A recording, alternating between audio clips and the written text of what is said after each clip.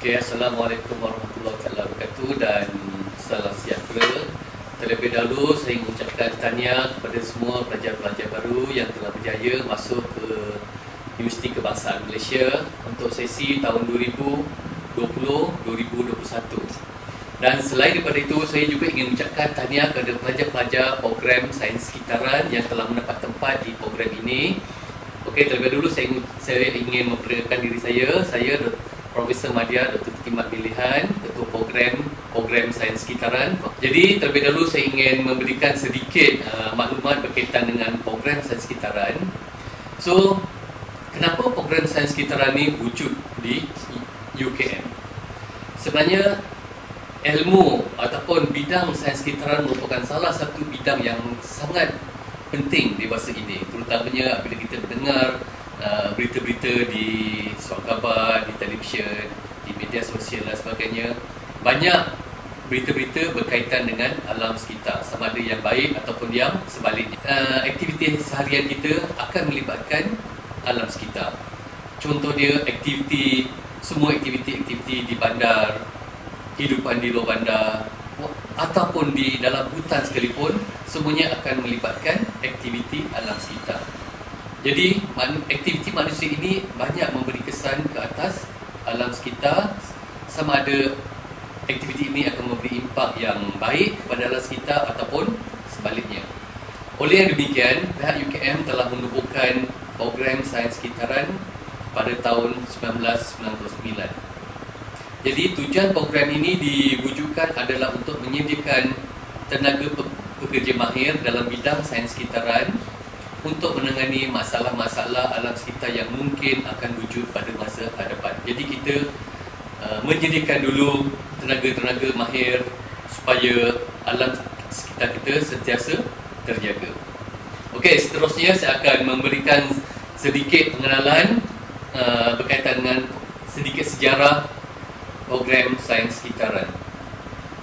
Jadi program Sains Sekitaran ini merupakan program yang telah diasaskan daripada Jabatan Sains Sekitaran, iaitu Fakulti Sains dan Sumber Alam.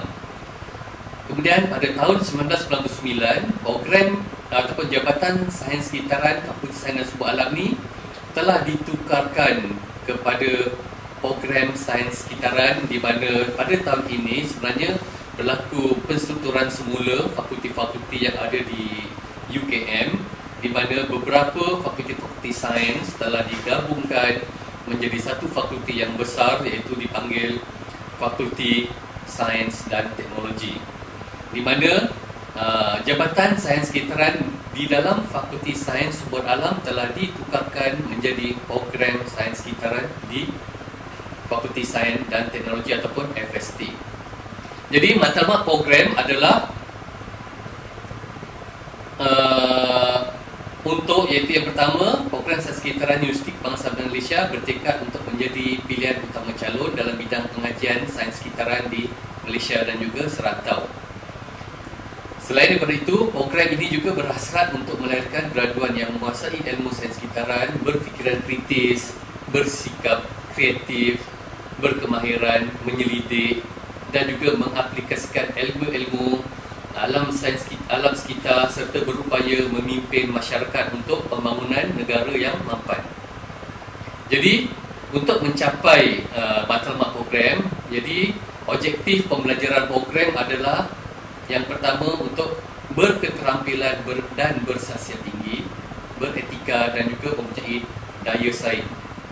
Iaitu yang kedua, berkemahiran dalam pengetahuan sains sekitaran yang mantap, menyeluruh serta terkini dan mampu menggunakan kemahiran praktikal dalam menangani isu-isu alam sekitar dan juga perubahan semasa.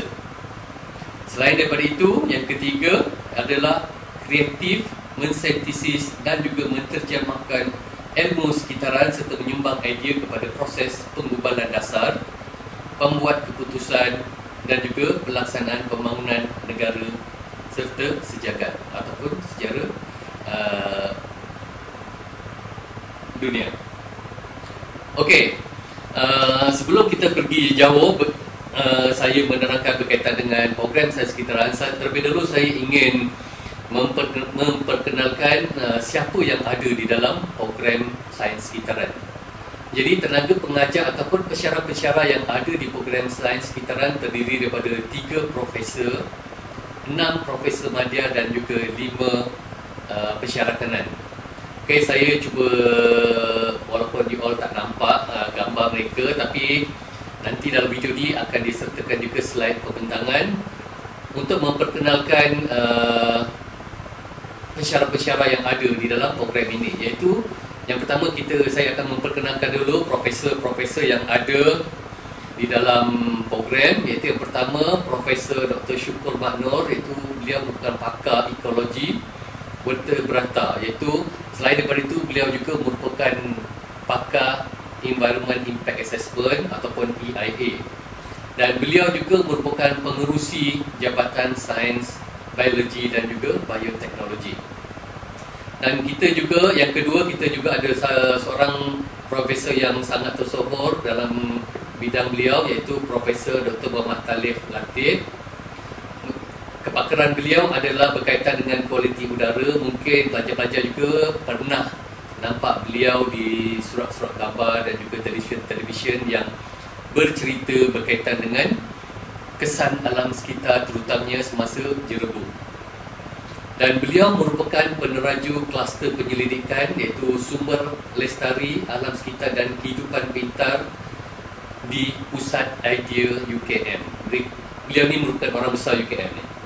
Dan seterusnya, yang ketiga, iaitu Profesor Dr. Ahmad Abbas Putih. Beliau pakar dalam bidang ekologi air tawar dan juga modeling. Seterusnya, untuk Profesor Madya, program kita ada seperti yang saya beritahu tadi, ada 6 Profesor Madya, iaitu yang pertama, Profesor Madya Dr. Karia Yusof, pakar dalam bidang pencemaran, logam berat dan juga ekologi sekitaran. Yang seterusnya, Profesor Madya Dr. Azhar Abdul Alim, pakar dalam perawatan sisa kumbahan, yang beliau ni banyak terlibat dengan kajian-kajian di Sungai Kim Kim. Manakala Profesor Madya Dr. Norella Sulaiman, pakar kualiti udara dan juga entotourism. Apa itu entotourism?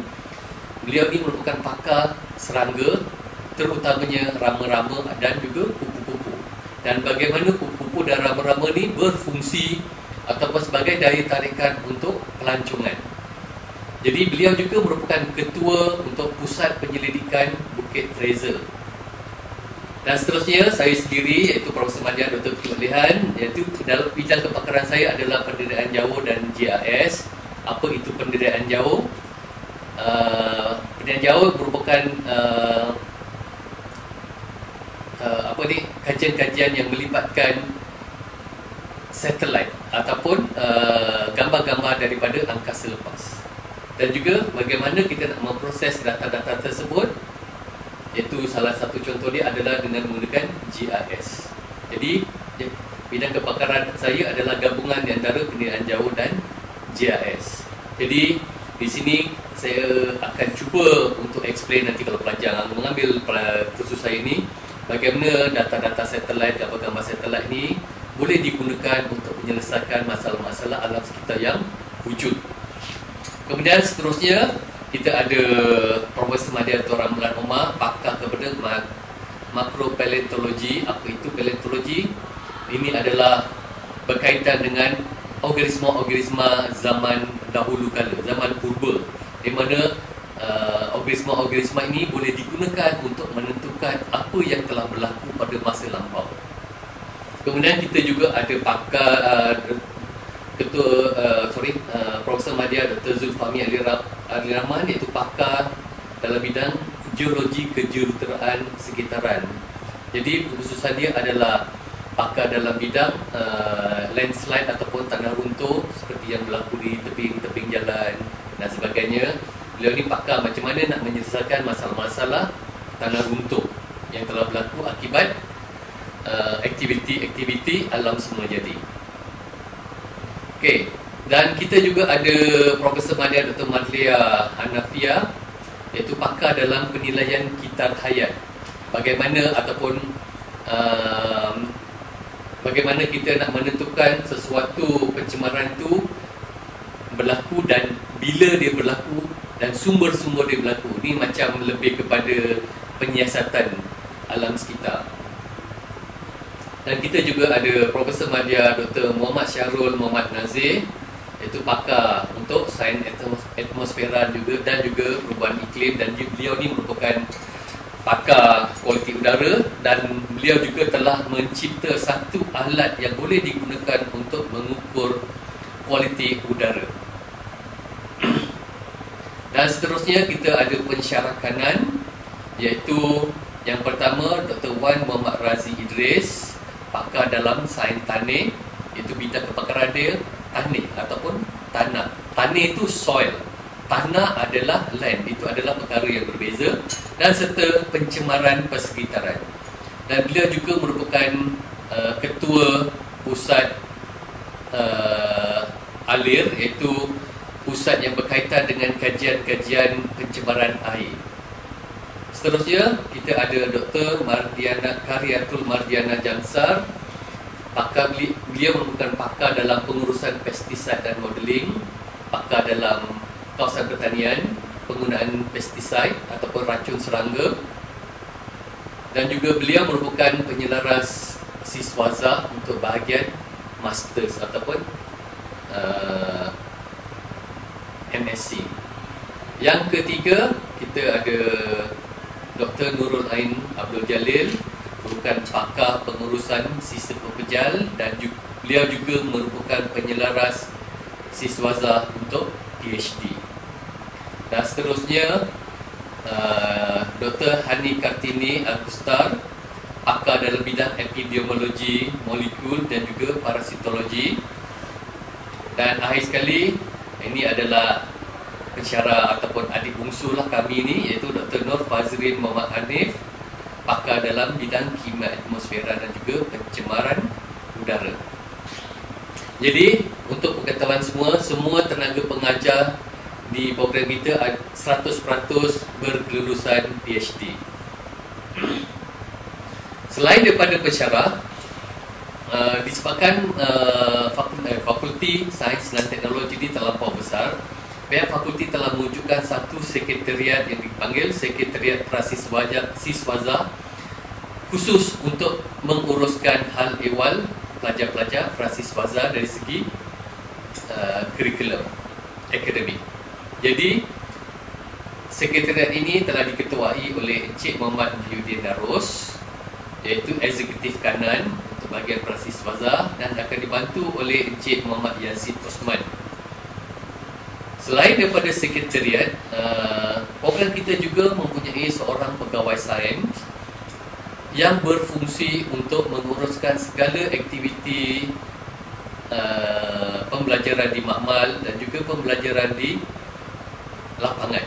Untuk pengetahuan semua, kurikulum program sains sekitaran, kaedah pembelajaran sama ada pembelajaran di bilik kuliah, pembelajaran di makmal pengajaran, makmal penyelidikan, dan juga pengajaran di lapangan. Jadi pegawai sains ini berfungsi sebagai pengurus untuk pengajaran di makmal pengajaran dan penyelidikan serta pengajaran di lapangan. Okey, seterusnya saya cuba nak menerangkan serba sedikit berkaitan dengan struktur program sains sekitaran, di mana pelajar-pelajar mungkin boleh belajar dengan lebih ataupun untuk boleh memahami dengan lebih detail di buku panduan yang akan diedarkan nanti semasa pelajar-pelajar mendatang nanti. Iaitu yang pertama, kursus wajib. Kita kenali sebagai kursus wajib. Apa itu kursus wajib fakulti? Iaitu semua kursus-kursus bahasa Inggeris, di mana pelajar akan mengambil sebanyak 5 atau 7 kredit. Apa itu kredit? Jam pembelajaran. 5 atau 7 kredit per week. Jadi dia bergantung kepada keputusan muat.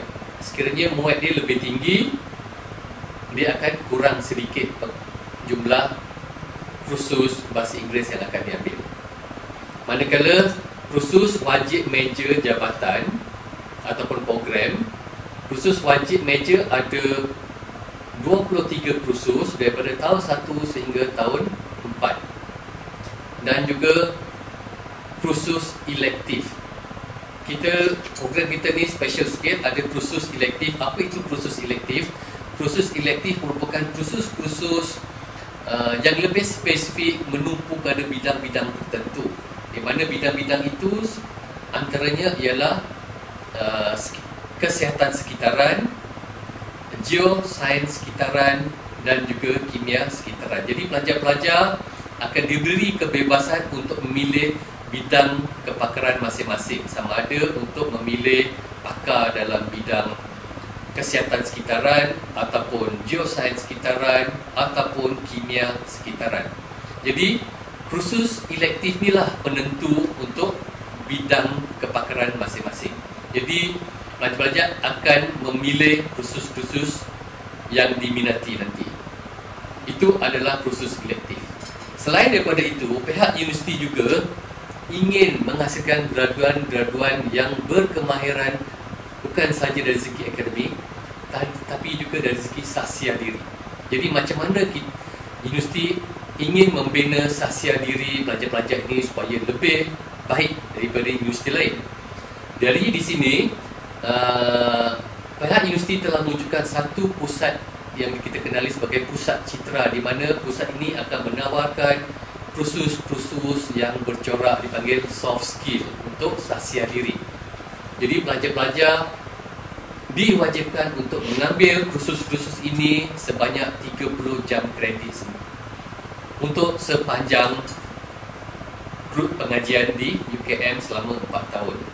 Iaitu kursus-kursus citra ini juga kita bagikan kepada 3, iaitu citra wajib, citra dalam dan juga citra luar. Apa itu citra wajib? Citra wajib ni contoh dia adalah seperti kursus-kursus asas usahawanan. Jadi pelajar-pelajar selain daripada mahir dari segi akademik, diharapkan juga di akhir semasa pelajar graduate nanti, pelajar-pelajar juga ada asas sebagai usahawan dan juga inovasi. Selain daripada itu, pelajar-pelajar juga diajar macam mana nak menguruskan dan juga menganalisis data. Sekarang ni zaman sains dan teknologi, pelajar-pelajar digalakkan untuk menganalisis ataupun dipanggil big data analysis. Sekarang big data analysis merupakan satu bidang yang sangat penting dalam alam pekerjaan. Jadi program kita cuba memberikan ilmu kepada pelajar-pelajar ni bagaimana nak menguruskan dan menganalisis big data ni. Selain daripada itu, pelajar-pelajar juga akan diterapkan berkaitan dengan falsafah dan isu-isu semasa, pengayatan etnik dan juga peradaban. Itu antara contoh-contoh kursus citra wajib yang perlu dipelajari. Manakala citra dalam adalah citra-citra yang pada pendapat pelajar yang boleh membantu ilmu pengetahuan selain daripada kursus-kursus program. Iaitu citra dalam ni kursus-kursus yang ditawarkan di dalam fakulti tetapi dari program yang lain. Manakala citra luar ni merupakan kursus-kursus yang ditawarkan oleh fakulti-fakulti lain dan juga institut dan sebagainya. Sebagai contoh dia, mungkin pelajar-pelajar minat kepada rotu, askar simpanan, itu bukan salah satu kursus citra ataupun sebagai polis simpanan dan sebagainya. Itu contoh-contoh kursus citra yang semuanya itu boleh digunakan untuk nilai tambah ke atas kepribadian seorang pelajar yang akan bergraduat daripada UKM nanti. Okay, sebelum tu kan saya lupa nak terangkan sedikit.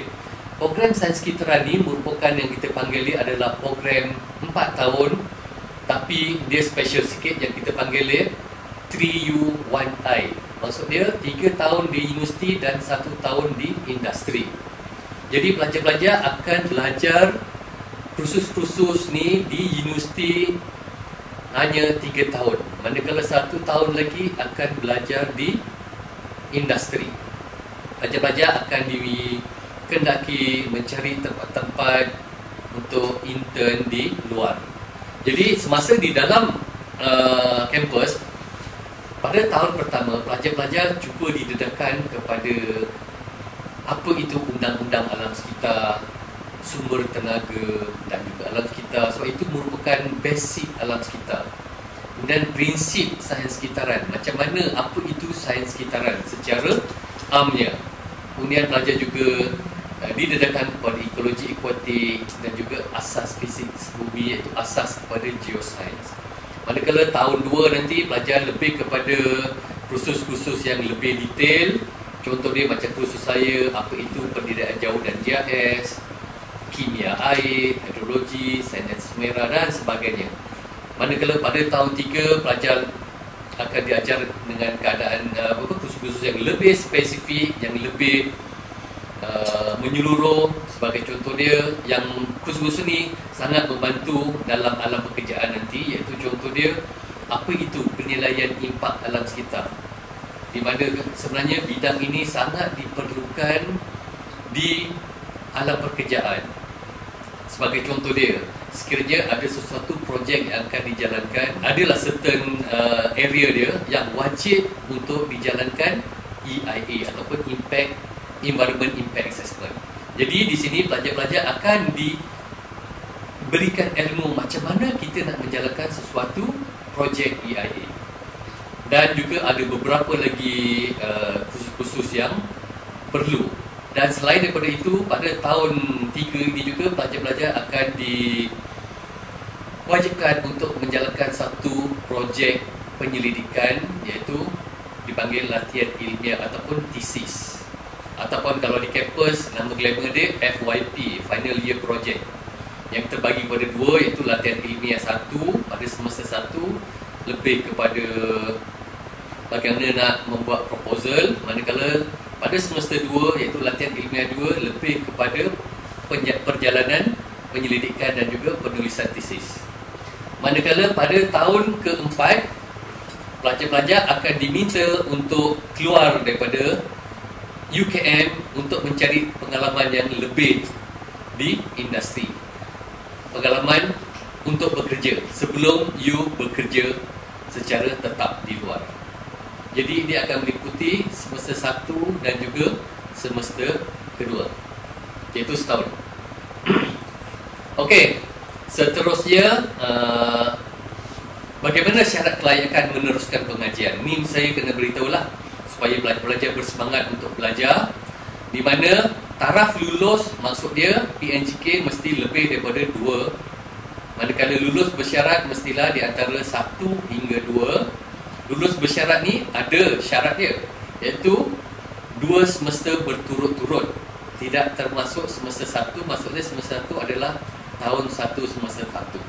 Sekiranya pelajar-pelajar mendapat PNGK kurang daripada 2 pada semester 2 dan semester ketiga, maksudnya tahun 2 semester 1, pelajar-pelajar boleh dibuang daripada program. Manakala pelajar-pelajar yang mempunyai PNGK kurang daripada 1, dia akan terus dibuang daripada pengajian. Okey, segala maklumat pengajaran yang akan diajar oleh setiap pensyarah ni semuanya akan disimpan di dalam UKM Folio. UKM menyediakan satu platform pengajaran secara online melalui UKM Folio. Jadi semua nota-nota, aktiviti-aktiviti, jadual kuliah, proforma khusus, latihan-latihan, kuis dan sebagainya, semuanya akan diletakkan di dalam UKM Folio. Jadi pelajar-pelajar diminta untuk akses UKM Folio kalau boleh hari-hari. Lihat apa yang telah diupdate oleh pensyarah. Biasanya kalau berlakunya update oleh pensyarah tu, pelajar-pelajar akan mendapat email notification. Tetapi ada juga bahagian-bahagian sekiranya berlakunya update, pelajar-pelajar tidak mendapat notification. Jadi pelajar-pelajar digalakkan untuk membuka UKM Folio tiap-tiap hari. Okey, berkaitan dengan latihan industri tadi, sebenarnya pihak program ingin mendedahkan pelajar dan pengalaman di persekitaran pekerjaan sebenar tadi. Dan latihan industri dibenarkan sekiranya pelajar-pelajar telah menambahkan semua kursus di peringkat 3,000, maksudnya pada peringkat tahun 3. Sekiranya ada pelajar-pelajar yang tidak ataupun tertinggal beberapa kursus lagi walaupun dia dah habis tahun 3, pelajar-pelajar tidak dibenarkan untuk membuat latihan industri. Pelajar-pelajar diminta untuk menyiapkan ataupun mengambil semua kursus-kursus yang tertinggal tadi. Jadi majikan yang boleh dibolehkan terdiri daripada sektor kerajaan atau swasta dan melibatkan 2 semester sama ada pada tempat yang sama ataupun 2 tempat ataupun 2 majikan yang berbeza. Kita benarkan. Okey, dari segi keselamatan makmal, sebab saya tadi ada memberikan info berkaitan dengan kaedah pengajaran kita melibatkan pertemuan PDP kita secara bersekemuka, iaitu pengajaran, makmal dan juga latihan ilmiah. Jadi untuk pengajaran secara kuliah akan diadakan di bilik-bilik seminar, bilik kuliah ataupun bilik-bilik musyarat yang akan ditentukan kemudian apabila pelajar-pelajar akan masuk ke dalam kampus. Manakala untuk makmal pula, kita ada pelbagai jenis makmal. Jadi sebelum saya explain makmal-makmal yang ada, kita pelajar-pelajar kena tahu SOP di dalam makmal ataupun keselamatan makmal. Jadi sebelum pelajar-pelajar masuk ke kampus nanti, sebelum ke makmal, pelajar-pelajar dikehendaki untuk memastikan semua peraturan keselamatan makmal dipatuhi. Semua keselamatan makmal, SOP dia telah diletakkan di setiap makmal. Sebab SOP makmal ni berbeza untuk makmal-makmal tertentu. Jadi setiap pelajar diminta untuk membaca SOP-SOP ataupun peraturan-peraturan di dalam makmal-makmal yang pelajar akan masuk nanti. Manakala yang ketiga, kaedah pengajaran kita adalah di lapangan. Jadi pelajar juga nanti sebelum pergi ke lapangan akan diberikan garis panduan keselamatan di makmal oleh pegawai sains yang terlibat. Semua aktiviti di lapangan perlu mengikut arahan yang telah diberikan oleh pensyarah dan juga pembantu makmal ataupun pegawai sains yang terlibat, dan pakaian di lapangan juga pastilah yang bersesuaian. Okey, antara kemudahan-kemudahan makmal dan alatan yang ada di program sains sekitaran iaitu yang pertama untuk makmal pengajaran iaitu makmal sains tanah, makmal kualiti air dan udara dan juga makmal pendirian jauh dan GIS. Jadi setiap makmal ni mempunyai SOP dia yang berbeza-beza. Kemudian makmal yang kedua iaitu makmal penyelidikan. Ada beberapa makmal penyelidikan iaitu makmal tanah dan juga ekologi daratan, makmal penyelidikan kualiti air dan udara, makmal GIS dan remote sensing. Kita juga ada makmal instrumentasi ataupun makmal untuk peralatan yang agak canggih, iaitu kita ada CHNS analyzer. Dia makmal ini digunakan untuk menentukan kandungan nitrogen, fosforus dan sebagainya. Kita ada alat khas dia. Kita juga ada makmal untuk atomic absorption spectrophotometer. So alat-alat ni besar, jadi setiap satu alat ditempatkan di dalam satu makmal. Dan juga kita ada satu lagi alat yang besar iaitu ICP yang digunakan untuk mengesan kandungan logam-logam berat di dalam sampel. Selain daripada makmal-makmal fizikal yang ada di dalam kampus, kita juga ada makmal-makmal alami yang terletak di luar kampus. Kita panggil dia makmal alami. Iaitu kita ada 4 makmal alami. Iaitu yang pertama, Pusat Penyelidikan Ekosistem Marin ataupun IKOMA yang terletak di Mersing, Johor. Pusat ni terletak di tepi pantai, di Pantai Penyambung.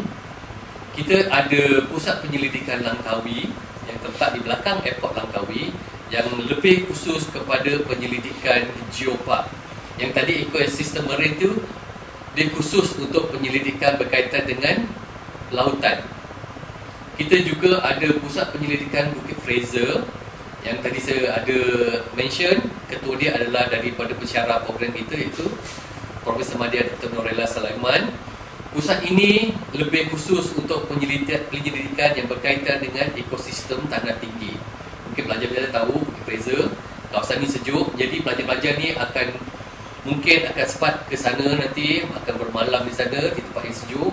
Kita juga ada satu lagi pusat penyelidikan, iaitu Pusat Penyelidikan Tasik Chini, khusus untuk kajian berkaitan dengan tanah lembap. Ini pun pelajar-pelajar akan ada kesempatan ke sana di Tasik Chini. Yang ni pusat ini sangat canggih, bangunan dia moden di situ.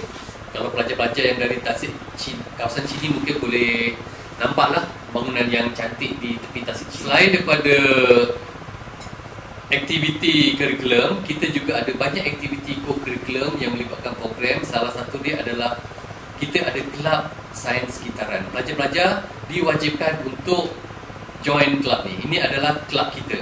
Jadi kelab yang boleh pelajar-pelajar gunakan sebagai wadah untuk belajar mentadbir dan sebagainya lah, membuat aktiviti. Dan program kelab ni aktif ya. Tiap-tiap tahun akan ada satu atau dua program yang besar yang akan dilakukan oleh kelab ini. Okey, dan akhir sekali sebelum saya tamatkan saya punya taklimat ni, ringkas tapi panjang sebenarnya. Peluang pekerjaan, apakah bidang-bidang ataupun peluang-peluang pekerjaan sekiranya pelajar-pelajar graduate dari program sains sekitaran? Antaranya iaitu pelajar-pelajar boleh bekerja sebagai pegawai kawalan alam sekitar, pegawai keselamatan dan kesihatan pekerjaan, bukan pegawai keselamatan ya, ini pegawai keselamatan dan kesihatan pekerjaan ataupun pegawai OSHA. Kemudian pegawai kesihatan persekitaran, perunding EIA, juru audit alam sekitar. Kalau selain daripada itu, di sektor swasta pelajar-pelajar mungkin boleh bekerja dalam bidang environmental consultant. Kalau di agensi kerajaan, contoh dia Jabatan Alam Sekitar, NARIM, IFR, Institute Medical Research, NIOS. NIOS ni tempat dia ni di depan UKM, dan juga lain-lain agensi kerajaan. Contoh dia macam pegawai takbir dan diplomatik, ataupun sebagai pendidik lah, guru, pensyarah dan lain-lain. Dan juga ahli perniagaan. Pelajar semasa di dalam kampus ada juga mengambil kursus-kursus entrepreneur. Jadi pelajar-pelajar juga boleh menjadi ahli perniagaan yang berkaitan dengan alam sekitar. Okey, itu saja taklimat serba, nak kata ringkas, panjang juga, berkaitan dengan apa yang ada di program sains sekitaran dan juga peluang-peluang pekerjaan yang pelajar-pelajar mungkin boleh grab semasa selepas grad nanti. Okey, itu saja. Assalamualaikum warahmatullahi wabarakatuh.